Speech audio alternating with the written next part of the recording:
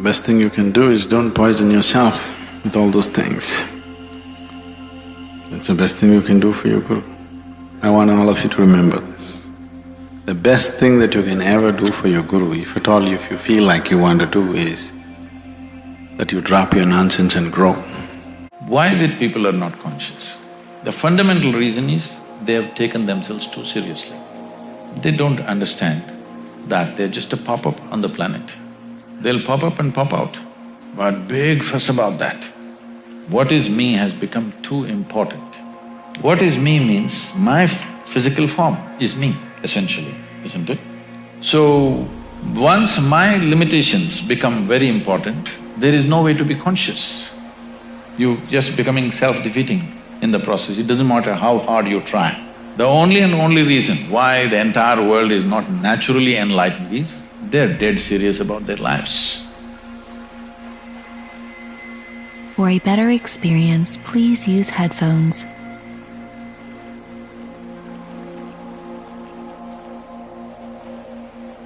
Something being different, when you don't try to be special, when you just live as life is, that you don't try to make yourself special, because wanting to be special is coming from a certain an emptiness or a certain inadequacy within a human being. Where is the need to be special? Every human being is unique in his own way. If he tries to be special, he'll only end up aping somebody, he will not be himself. So, when the life is unique, every leaf on the planet is unique, every atom in the existence is unique, where is the need for you to be special? Being unique is better than being special, isn't it? The very nature of the existence is like this, the very nature of what's happening around you is like this. If you convert mud into food, we call this agriculture. It's the same mud. Can you eat the mud? Can you take it on your plate and eat it? No. But if you wait, you put a seed and wait, the same mud becomes food, and how we value it and eat it. But it is something else, but when you eat it, it becomes flesh and bone, it becomes you, and it's so valuable for you and so many other people. So this is the way of the life. What is filth will become a flower, if only you mature it in the right direction. This flower, its beauty and its fragrance comes from filth. The more filth you put at the root, better the flowers will grow. So, the question is not about what is different, the question is not about what is special, the question is just about, will you allow yourself to mature or will you let yourself just roll in filth? Everything, the earth that I walk upon, the air that I breathe, the water that I drink, the food that I eat, the very space in which we exist, the hand of the Creator is active. The only most beautiful thing that you can do is to be absolutely involved with this, but still not distort the hand of the creation. You do not distort the hand of the Creator. That is something that you do is an aberration to what the Creator intends. The intelligence behind creation, what it is intending, to be in tune with that, not to do some rubbish of your own thing. So, this is a journey from being a piece of creation to being the Creator. Every human being is capable of this. It's my wish and my blessing. This should become the reality in your life. What we call as knowledge, stupid conclusions about life. Today people are carrying their attention deficiency like a qualification. Anything in this existence will yield to you only if you pay substantial attention to it. But now people have become like this. They can't look at anything, everything is check, check, check, check. Now in this condition, there will be no wonder, only conclusions in your head. There is no perception, there is only, monologues going in your head. There is no perception. If there is perception, all noise in your head will just stop. If you're looking at something absolutely beautiful and engaging, everything stops.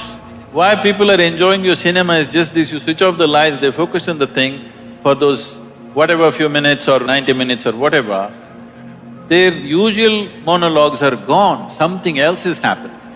It is the attention which is making the difference. It is not what's playing on the screen. It is what is playing on the screen is instrumental in grabbing the attention. but it is the attention, continuous attention, which is making the experience of being there. So, this is a rudimentary form of meditation. It's called dharana. Everybody must do something about themselves.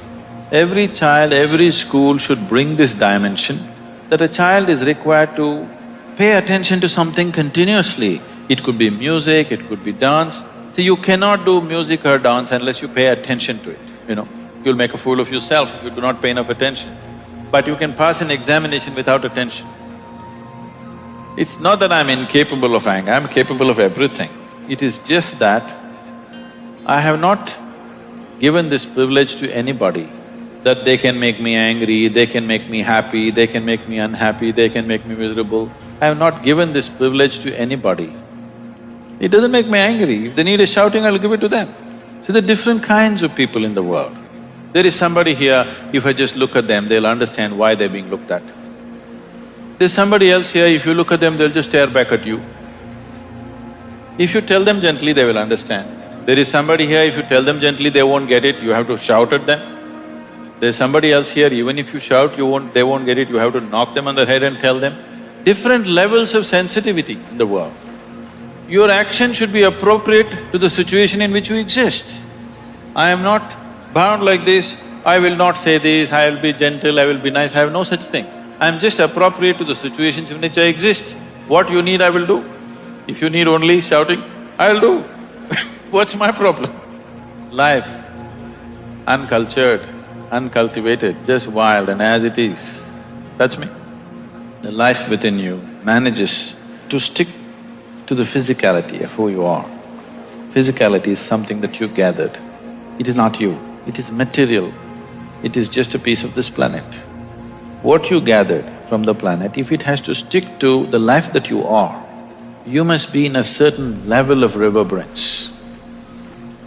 If you drop an intensity below a certain point, you can't hold it. That is called as dying of old age.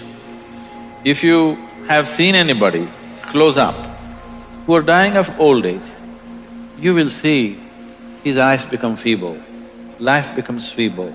It's like the body is struggling to hold it, but it can't hold because it's become too feeble.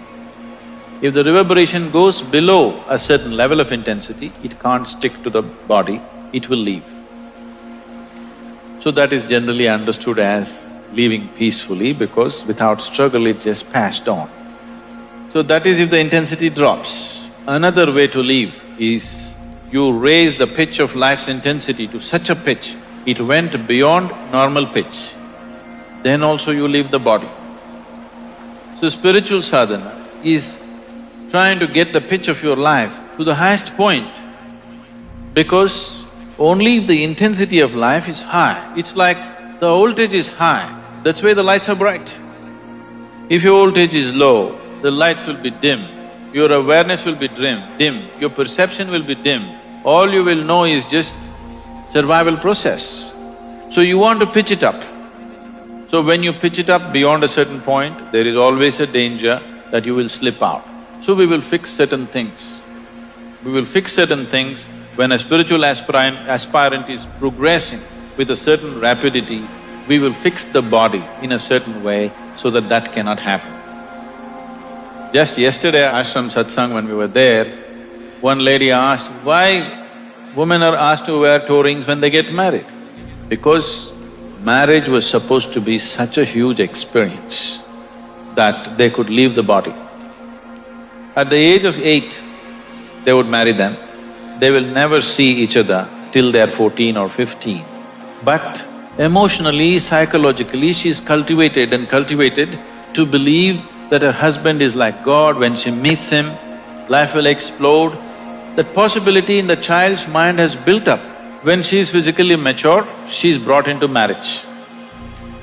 Because in this country, in this culture, there is no business, there is no marriage, there is no child, there is no family. Everything is just a tool towards your liberation and mukti. You get married because you want to use that as a tool to your liberation. You raise children because you want to use that as a tool to your liberation. You become a sannyasi because you want to use that. It does not matter what you do. Everything is towards your mukti or liberation. Because of this, they nurtured this girl and boy in such a way that for 4 to 6 years they have not seen each other, but they're made to believe when they meet, something is going to happen. In the child's mind, it's grown to such a big possibility.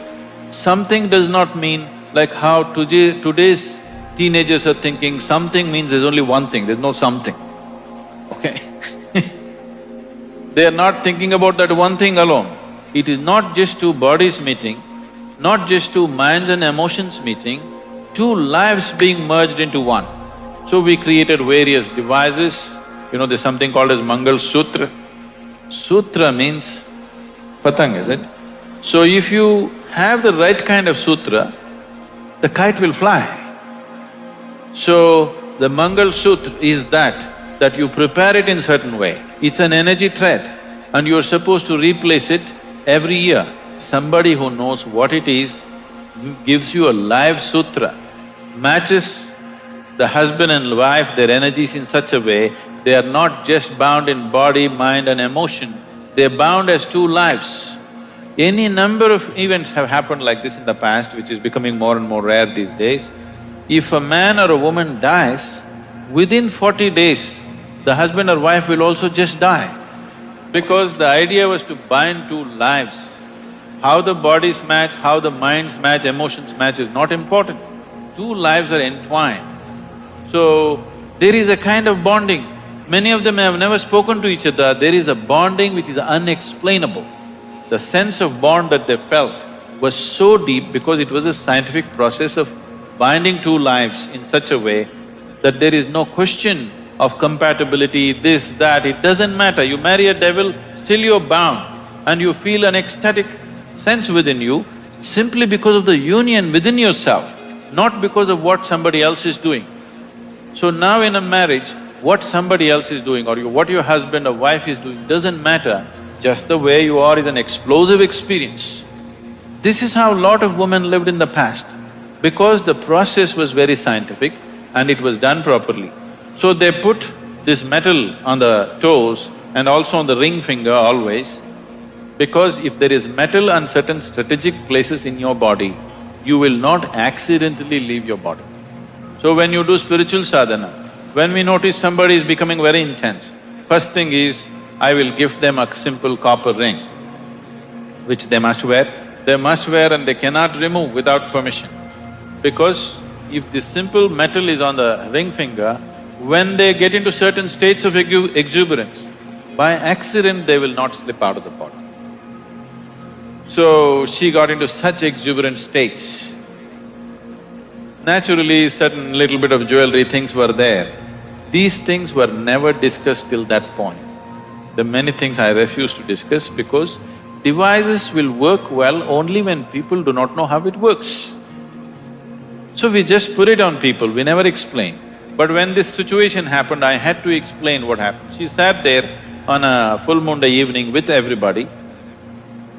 There were people around and after 5 minutes, it is in the shrine, she got up and went. My eyes are closed, I knew she got up. I got little irritated because nobody ever gets up once they sit down. Till we say it is time, nobody ever gets up.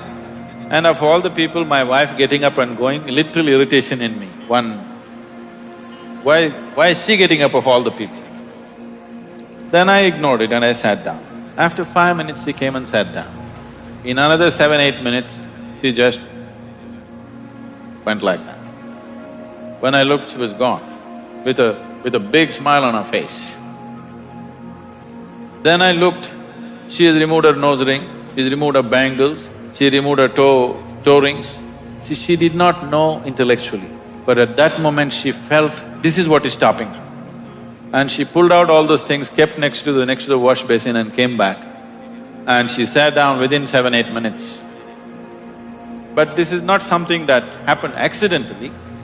She announced this almost 9 months ahead of time. She had prepared my girl, who was only 7 years at that time, that she's going to leave in this month, but it happened 1 month early for various reasons, so that's a different aspect. But this is not new in this country.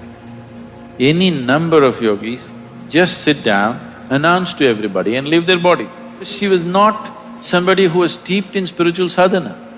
She's just a very alive, she's either up or down, you know. She's either absolutely exuberant or down. She doesn't know the in-between. She's not somebody whom you would consider a yogi or established in sadhana, nothing like that. She's a very exuberant person, and that's all it takes. That you're alive, that's all it takes. It's not that you know this or that, you're just 100% alive. That's the only qualification you need. And she started working towards it, she announced it 9 months ahead, we tried to sabotage it in so many ways to slow it down, but it went the way it went.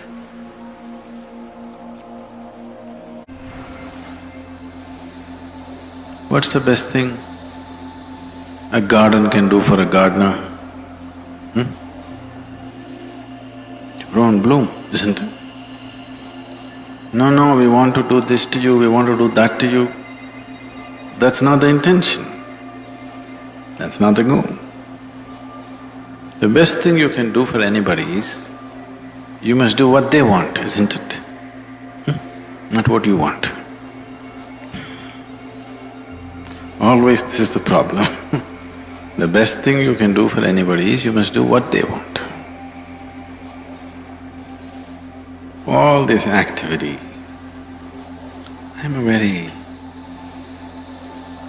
people who have known me early, I was an extremely taciturn person. I never said anything. There were days when I was not in silence, nor was I spiritual, okay?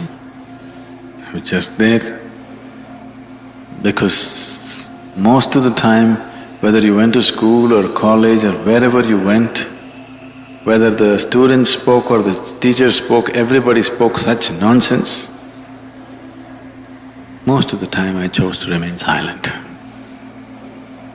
because I was terrified of their conversations. They opened their mouth. If they did not kill you with their bare breath, they kill you with horrible conversation.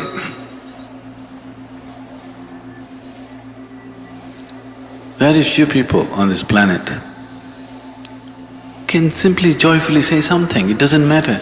You don't have to say some great thing. Simply pouring out of their heart, saying something, or simply able to be with another person, very few people. All others are desperately trying to be smart, or they're repeating something they heard somewhere, something they read somewhere, some nonsense endlessly. So I would never speak. Very rarely I would speak. In some places I was exuberantly boisterous, but in most of the other places I was… because I understood if I don't speak, they won't speak. That saves me.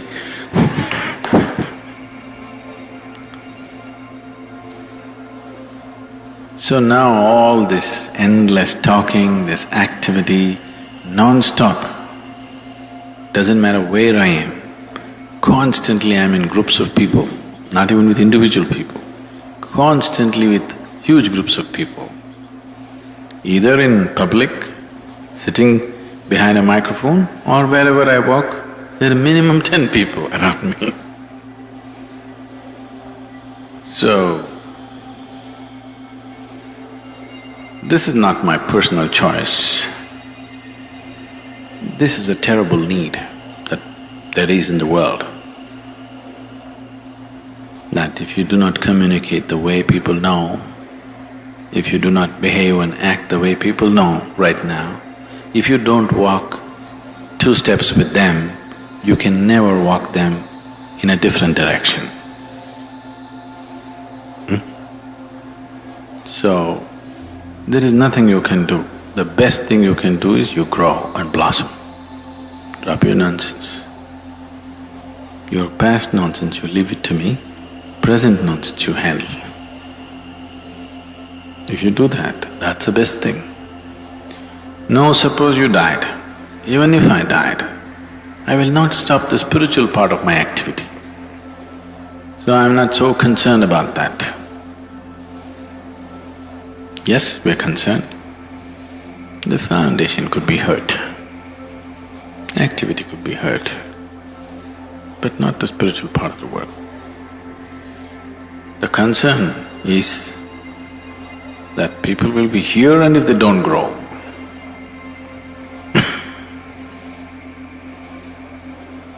I planted people in my garden and they never blossomed. That I'm terrified of.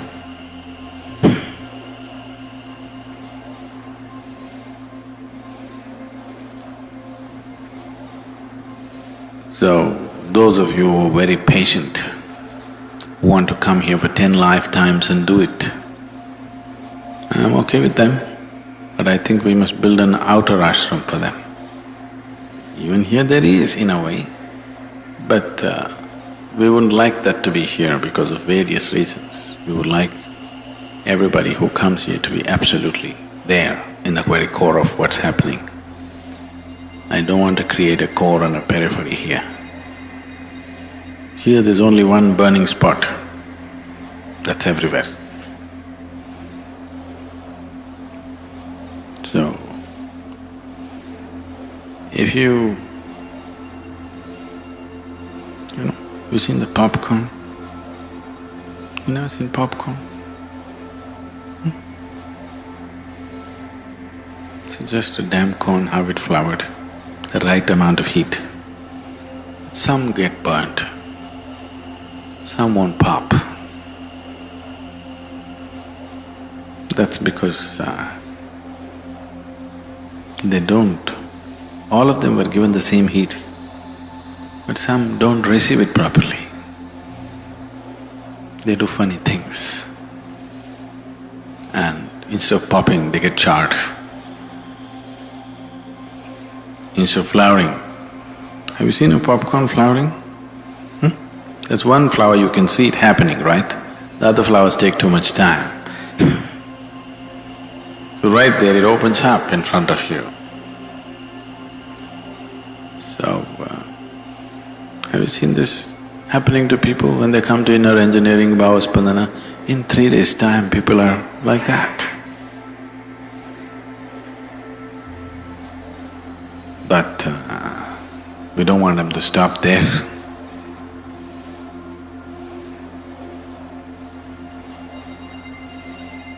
Because we are attanika asapadu people. You know what that means?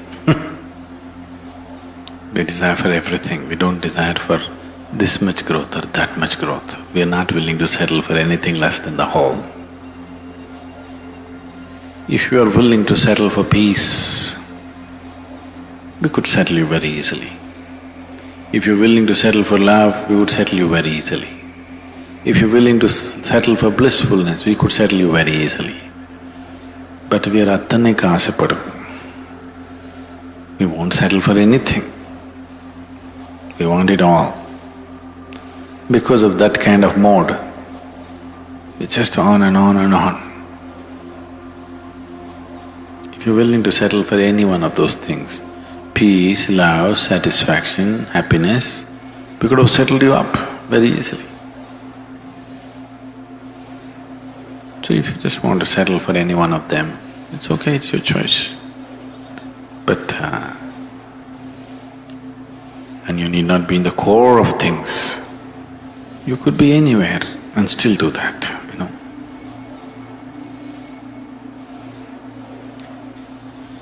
So, what could I do? Especially if Sadhguru is going to die tomorrow, you must blossom tonight, isn't it? So I want you to look at life like this. Either you may die or I may die tomorrow morning. So, something should happen tonight. Isn't it so?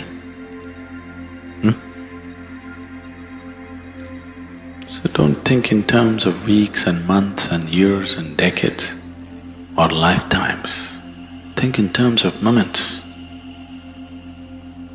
Because life is in moments.